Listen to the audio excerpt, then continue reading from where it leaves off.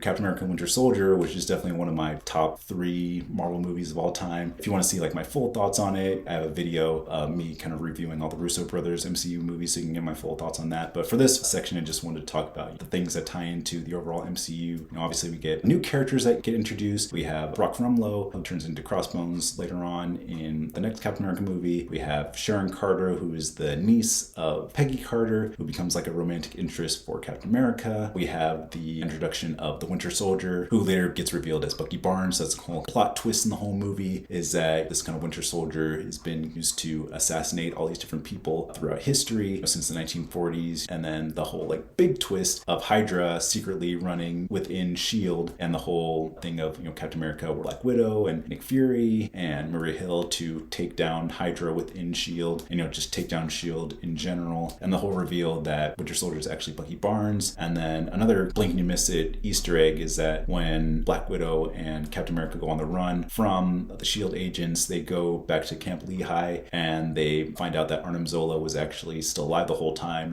He put his memories into a machine, kind of ghost in the machine kind of thing. And then, as he's kind of flashing to all the different moments that Hydra has had over the years, they see like an assassination of Tony's parents at the hands of the Winter Soldier. And then, obviously like a very important plot point in Civil War. So it's definitely one of those blink and you miss it kind of things that I didn't really notice like the first time I watched it, but then, watching Civil War and then rewatching this one, years ago when that movie was coming out, it's like, oh my gosh, they do kind of establish that. So it's kind of this whole secret that Steve Rogers is holding from Tony. It's the fact that he knows that Bucky Barnes killed Tony's parents. So I thought that was a really cool Easter egg for sure. And then we also get introduced to the character of Sam Wilson / Falcon, who obviously becomes a big character later on in the movies as they go on. It's really cool seeing their whole dynamic. And then later on at the very end of Endgame, where, spoiler, Cap hands over the shield to Sam Wilson to become the new Captain America. Then obviously he's going to get his own movie in Captain America Brave New World. I think that was really cool to establish this relationship. But yeah, overall, really, really cool character. And then we kind of get to the whole end battle as